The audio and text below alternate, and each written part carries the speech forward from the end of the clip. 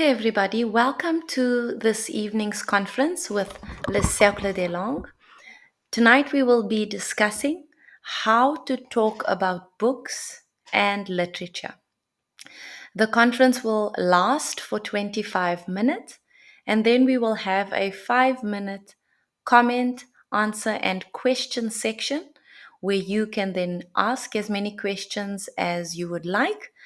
For the 25 minutes, please feel free to write the questions on a piece of paper or in the chat. And at the end of the presentation, we will look at them together. Okay? The level of this evening's conference is B1 to B2 English level, which means it is a intermediate level conference. As I said, if there are any words that you do not understand, please do note them down and we will have a look at them together. The conference will be available via PDF and it will be sent to you after the conference. So, we will be looking at 4 parts in today's conference.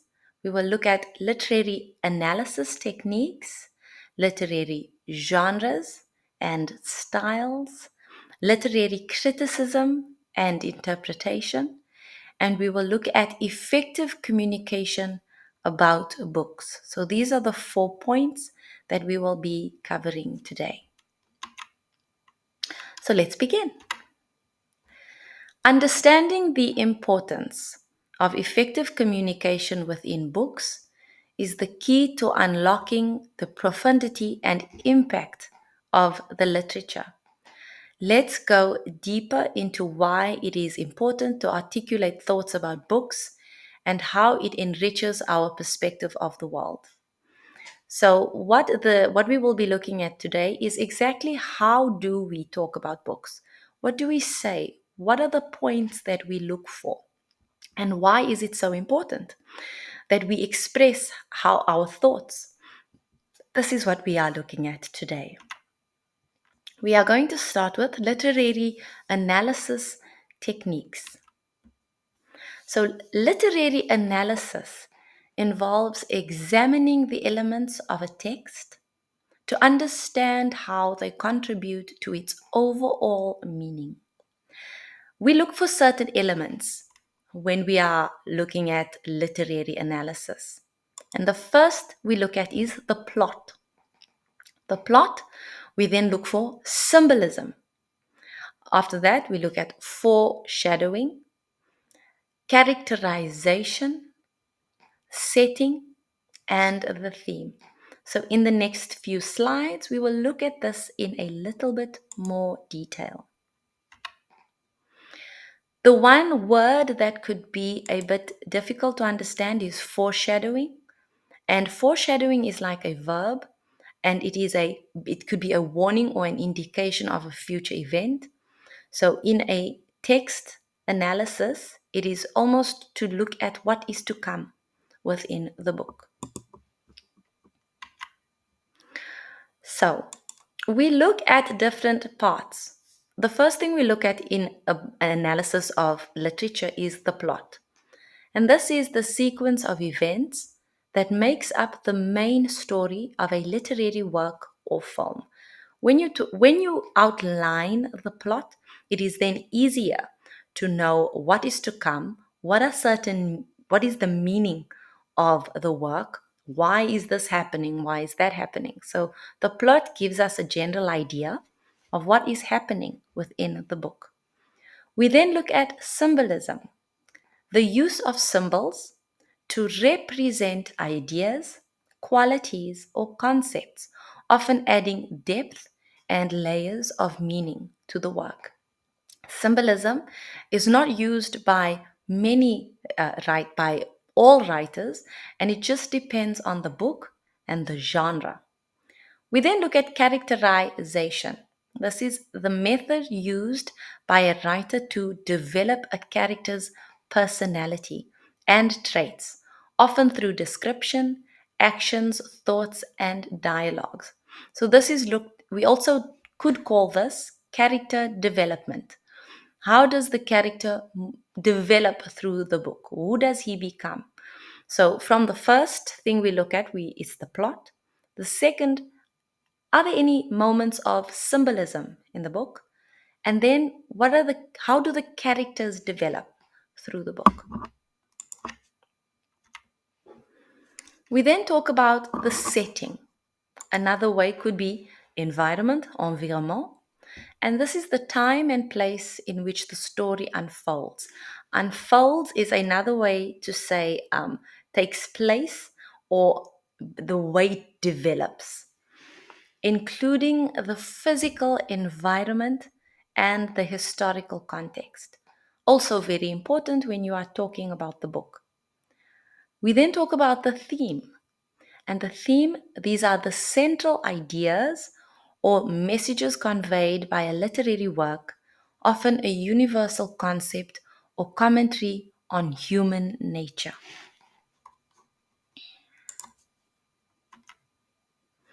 So here we've got an example, okay? And in this example, they want us to analyze these concepts. So write an example for one or two on a piece of paper or in the chat. So we will be looking at the symbolism, the characterization, the setting, and the theme. For example, so I'll give this a read. So it says, I felt that I had been happy and that I was happy again. For everything to be consummated, for me to feel less alone, I had only to wish that there be a large crowd of spectators the day of my execution and that they greet me with cries of hate. So, this is from The Foreigner by Albert Camus. And if we look at the text, I felt that I had been happy and that I was happy again. For everything to be consummated, for me to feel less alone, I had only one, I had only to wish that there be a large crowd of spectators the day of my execution, and that they greet me with cries of hate. Consummated is used to express the idea of completing or fulfilling something. So we look at the four parts. We look at symbolism, we look at characterization, we look at setting, and we look at the theme. So when we look in at this text, do you feel as though there, and this is something you can do for yourself, look at if you feel there is any symbolism. Is there any, talk about the characterization, we talk about the setting, and we talk about the theme. What are we looking at? So let's start with the setting, because generally that's where we start, okay? And we could also begin with the theme. I think it's better to begin there. The theme, when he talks about his execution, the day of my execution, it could be that he is in prison. It could be that he is reflecting on the day of his execution and when that will arrive. It could also be that this is a symbol for something. So that's what we talk about with symbolism. What if he's not truly talking about his execution? What if his execution is a symbol or a metaphor for something else?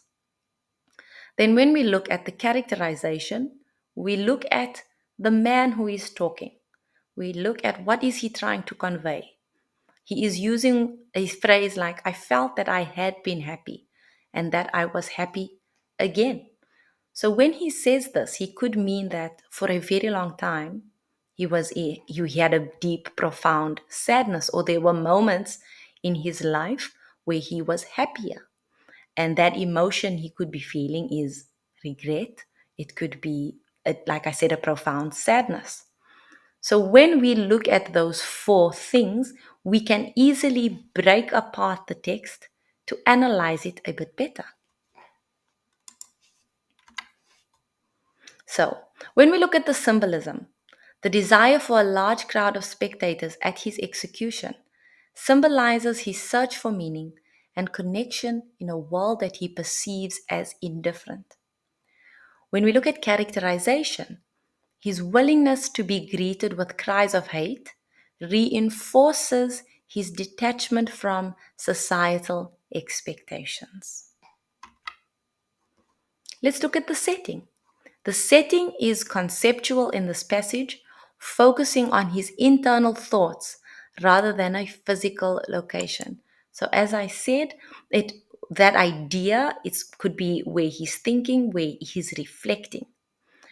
The theme, the passage explores themes of alienation, death, and the search for meaning in an apparently indifferent world. So now we are going to go on to literary genres and styles. Literary genres are categories that group works based on common themes and characteristics, while styles refer to the unique expressions and techniques used by authors within those categories. Together, they help define and understand different types of literature. Literary genres characterize works based on their content, their form, and their style. So, we find many genres, but the most popular we find are fiction, non-fiction, poetry, drama, science fiction, prose, novels, realism, surrealism, existentialism, and naturalism. So these are the genres that we find in today's literary works. Ways of expressing your liking for a style or genre. You could use the verb love. I love a fiction for its ability to transport me to new and fantastical worlds where anything is possible. Something's ability to do something is la capacité. Non-fiction. Non-fiction captivates me with its real life stories and insights. Poetry. Poetry speaks to my heart in a way that prose cannot. So when you look at these expressions, they are expressions that you can use. They are not the only kinds of expressions that exist. The most important part is the verbs that we are using and the nouns that we are using. So for example, poetry speaks to my heart. It's really more of a way to say it touches me. It's something that evokes an emotion. When we talk about novels, we can say I enjoy novels because they transport me to different worlds, allowing me to experience the lives and adventures of intriguing characters. Existentialism. Existentialism resonates with me as it explores the individual's search for meaning and authenticity in a seemingly indifferent and chaotic world. Drama. Drama grips me with its intense human conflicts, unfolding stories that resonate with the complexities of life. Many big parts of vocabulary here and very interesting words that can be used to describe how we feel about literary genres. When we look at literary criticism and interpretation, it is a field of study that involves the analysis and evaluation of literature, aiming to understand and interpret the meaning, the themes, and the artistic elements present in literary works. Critics often provide diverse perspectives, enriching the understanding of a piece of literature. So, some of the vocabulary that you will see in the next few slides is formalism, feminist criticism, historical criticism, reader response criticism, deconstruction, psychoanalytic criticism, Marxist criticism, post-colonial criticism, and cultural criticism. So when we are looking at the writing style of a work, of a book, we analyze the author's use of language, including tone, diction, imagery, and figurative language. Is the writing style effective in conveying the story and engaging the reader? Does it enhance the overall meaning and impact of the work? What is its effect? What do we see with the way he is writing? Is he also writing in an informal way, a formal way? Is he using vast expressions? What is it that he is using? And we can try to think about why he is using it. Then we take a look at the characters. Evaluate the character's development, complexity, and believability. Are the characters well-rounded and multidimensional? Do they undergo significant changes throughout the story? For example, Harry Potter is a resilient and courageous character who, despite facing numerous challenges and adversity, consistently demonstrates a strong sense of loyalty to his friends. So that is an example of how Harry Potter is, even from the beginning. But we can also talk about how he becomes more sure of himself as time develops. We then look at point of view and the narrative voice. Consider the perspective from which the story is told. Who's telling the story? Why is it important that the story is being told from that perspective? And how does the choice of point of view affect the reader's understanding and interpretation of the events? The structure and the organization. Evaluate the structure of the literary work, including the arrangement of chapters, sections, and paragraphs. How does the structure contribute to the pacing and flow of the story? Does it effectively build tension and suspense? Context and influences. Explore the historical culture and biographical context surrounding the author and the work. Questions you may ask is, how do these factors influence the themes, characters, and the style of the literature? So, when we look at everything together, this is what we have to look at when analyzing a literary work. But we also can give examples of our opinions. And when we give examples of our opinions, there are many things we can say, many different verbs we can use, many different expressions as well. So, for example, when it comes to feminist criticism, we can say, I admire the feminist critique, highlighting the book's powerful portrayal of female characters. Admired is a beautiful verb that helps us express this. Cultural criticism. The cultural critique improved the poetry, providing a highlighted understanding of societal influences. So, did it improve the work? Did it not improve the work? Was it uninteresting? So, we have to find the correct adjectives to help us describe our thoughts. Effective communication about books. So, this is a tip. Effective communication about books involves expressing thoughts and opinions coherently and persuasively. Therefore, it is important to express opinions and criticisms in an assertive and clear way in relation to the literary context. So, as we have seen, you can take any of those points, the theme, the setting, the plot, the symbolism, the character development, and you are then able to create a cohesive work of information to express your thoughts on the book you are assessing. There are some useful expressions to speak about books. In my opinion. So, this is a very beautiful and formal way to introduce what you think. From a literary standpoint, is another wonderful phrase. Considering the narrative. So, considering the narrative, I think it needs more character development. I think it needs this.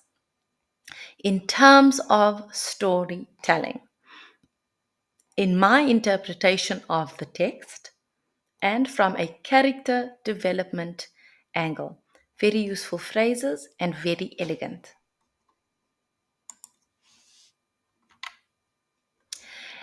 In my reading of the book, I felt as though I thought that regarding the author's technique, so with regards to, in my assessment of the writing style, and in terms of the overall impact.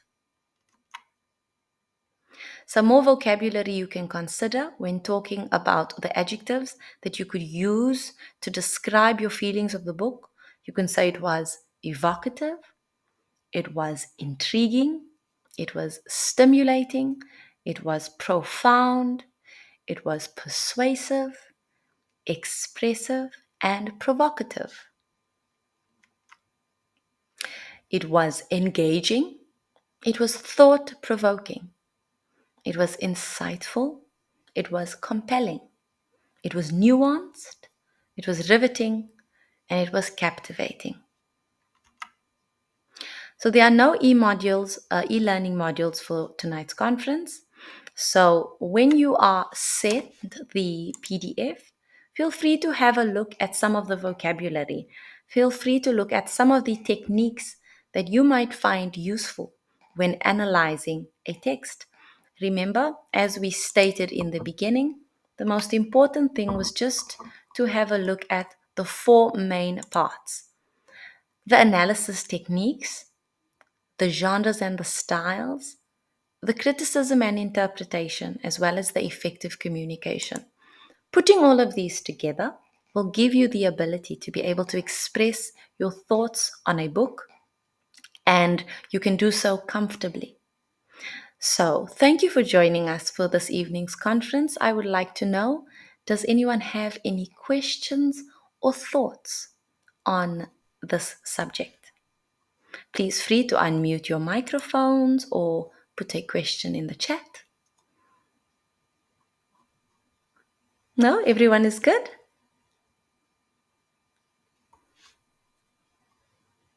Wonderful. So, thank you everyone for joining me for this evening's conference.